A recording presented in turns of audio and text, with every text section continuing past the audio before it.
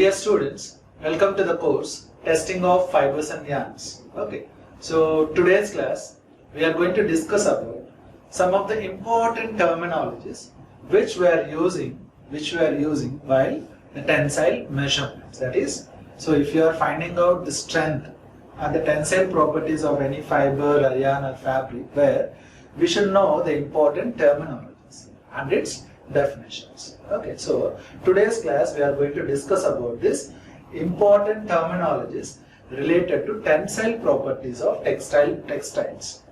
Tensile properties of textiles. Okay, so before going to discuss about the various terminologies, so let us go back to our previous class and we will have a brief discussion about like what we have discussed in the previous class.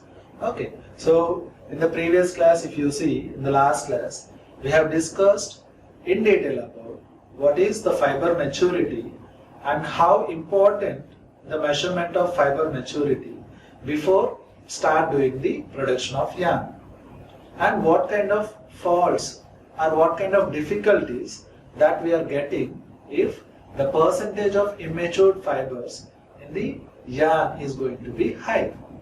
And even we have also discussed about the different methods to measure the fiber maturity and the way to express the fiber maturity.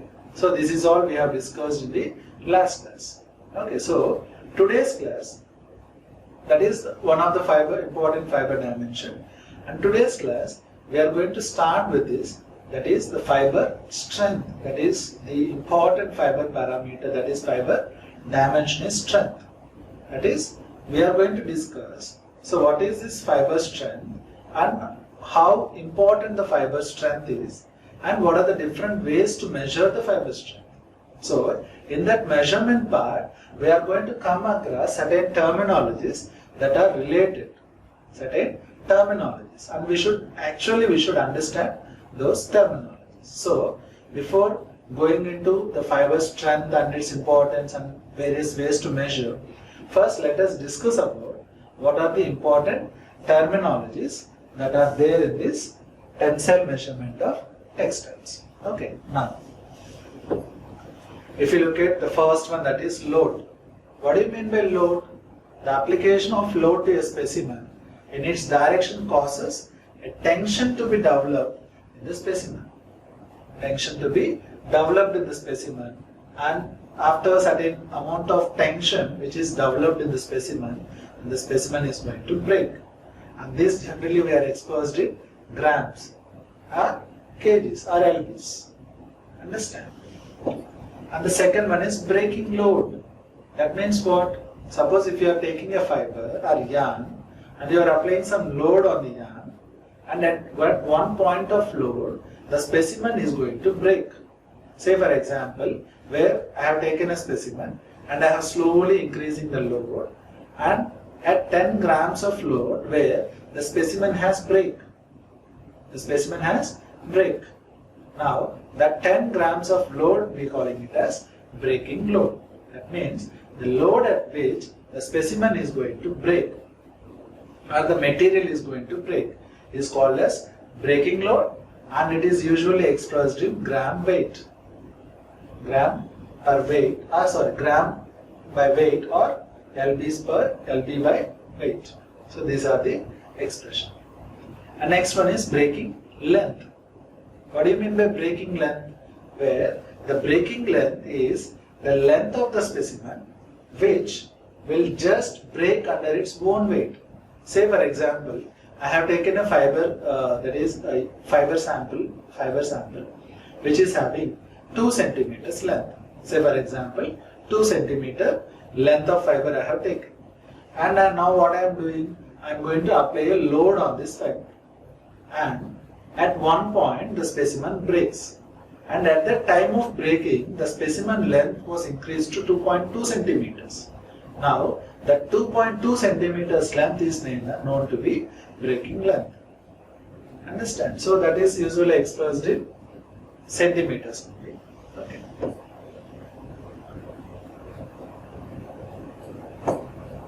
Expressed in centimeters. Okay. Now, stress. So already you know what is this stress. So the stress is the ratio of, that is, force applied in a given unit area, that is in a given unit area, the non-unit area, what is that amount of force we are applying. So that causes the buildup of stress on the specimen, that is force applied in a given cross-sectional area. In a given cross-sectional area, what is that amount of force we are applying. So F is equal to, that is stress, F divided by A, that is force by, in a given, that is unit area of cross-section. And this can be represented in dynes per square centimeter. And next one is mass stress or specific stress. Mass stress or specific stress. So the mass stress is the ratio of force applied in a given linear density, that is to the linear density that is mass per unit length. So in a given mass per unit length, what is that amount of force we are applying? So that is mass stress is equal to force applied per linear density. So the units are gram per linear or gram per tex. For one tex, what is that amount of force we are applying? That is gram per tex. So for example, for 10 gram per tex, that means, so 10 grams of force we are applying in a one tex. So one tex is nothing but what? So 1000 meters length of filament or length of yarn if you weigh, where it gives you the weight of 1 gram. That is called as one tex. Understand? Now the relation between the stress, which we are representing with F here, and the specific stress we are representing with alpha, and density with rho, that is P, which is F is equal to alpha into P. So F is nothing but the normal stress, that is force applied in a given cross-sectional area. When it comes to specific stress, we are talking about what is that amount of force we have applied in a given, that is linear density, that is in a mass per unit length of yarn. And the relationship between stress, specific stress, and then density is this. F is equal to alpha into P. Okay. And the next one is strain. The next one is strain. So strain is nothing but what? Say for example, so if you continuously do some work for 1 hour or 2 hours, what will happen? You will get tired, right? That means you got strained. That means there will be some changes in your body. Like the same way, in case of specimen or in case of any textile material or any other material, if you apply some load, now what will happen? So because of the stresses we are applying, that is the load we are applying, where there will be some changes in the dimensions. Okay. So it is used to relate the stretched or elongation with the initial length. So from the elongation, how much amount it has elongated. So that deviation will give us the strain. Okay, the strain is equal to elongated length divided by initial length. Elongated length divided by initial. Initially it is 2 centimeters. After elongating it is 2.2 centimeters. And this ratio will give us the strain percentage. Understand? This is not stress, this is strain. And tensile strength. Tensile strength. What do you mean by tensile? Like in this tensile measurements, we are taking the specimen and in the axial direction where we are applying the load. In the axial direction we are applying the load. That's why it is said to be tensile strength. Understand? Now, this is nothing but the force applied to break the fibers to its cross-sectional area is known as tensile strength. Whatever the force we are applying, which causes the fibers to break to its cross-sectional area, okay, which is known as tensile strength. So the tensile strength is equal to force required to break by linear density. In a given mass per unit length, how much amount of force we are applying so that the material is going to break. That is called as tensile strength. The next terminology is elasticity. That means the tendency to recover the extension of material when stresses is removed. Say for example, I have taken 2 centimeters of length of fiber and now I am just applying the load slowly. Okay, so 0.1 gram, 0.2 gram, 0.3 and 0.4. Say for example, I have applied up to 0.5 grams of load.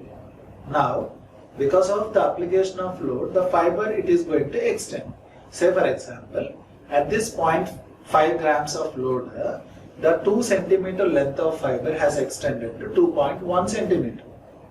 Now, if you remove this 0.5 grams of load, now if the fiber comes to its original length, that is 2 centimeters, then we can say that the fiber is elastic.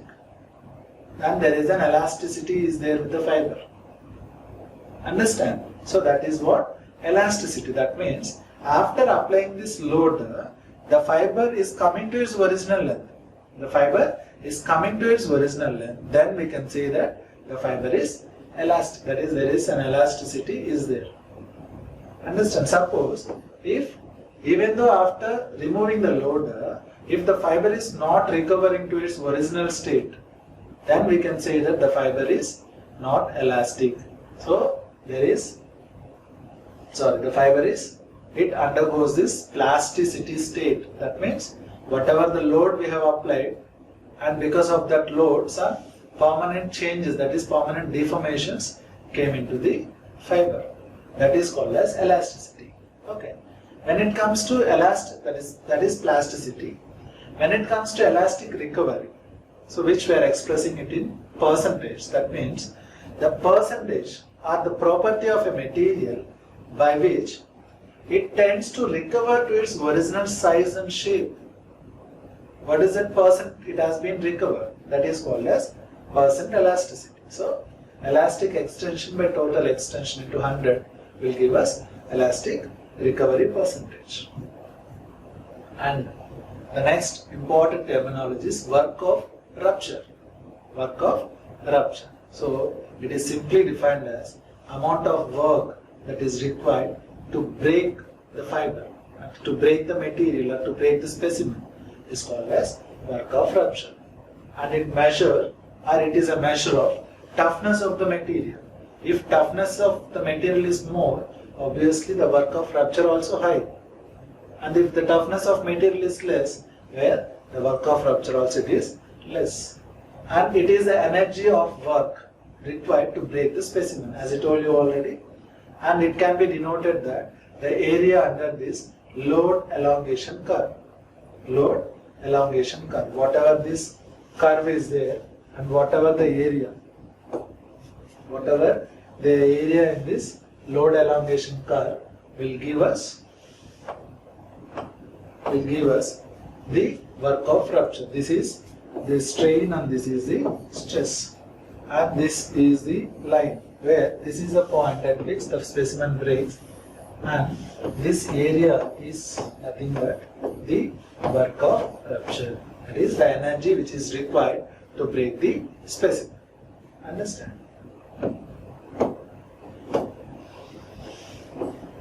And next one is modulus, that is Young's modulus. So modulus, it denotes the stiffness of the material. When it comes to Young's modulus, where it is a ratio of stress upon strain. Stress upon strain, that is called as modulus. Okay, so this is all about the various terminologies which generally we are coming across while doing this tensile measurement of textile specimens. So we have discussed about what is load and what is breaking load, what is this elongation, what is this stress, what is strain, and what is specific stress, what is tenacity, that is tensile strength, and then what is this work of rupture, and then elasticity, plasticity. Likewise, we have seen various terminologies which are related to this tensile measurement of textiles. And it is very important for you to understand and remember these terminologies. So whenever you are coming across, while doing the tensile measurement, we are applying a load of 10 grams. Okay, and the results, if you look at any results and all, like breaking strength results, where the breaking load is 10 gram. That means you have to understand, okay, the breaking load in the sense, okay, the load at which the specimen is breaking. And the tenacity values, like say for example, so 20 gram per denier. So that time you need to understand it denotes the tenacity of a fiber, that is tensile strength of a fiber. So it means that 20 grams of load is required or force is required to break one text filament or one text fiber. Understand? So that sort of understanding is required after going through these various terminologies. Understand? So while discussing about the strength measurement, again we are going to come across all these terminologies that time. So this class is going to be very useful in understanding all the process, that is understanding the results. Okay, so hope you understand the class. In the next class we will meet again and we will discuss about the importance of fiber strength and various ways to measure the fiber strength. So till then, thank you.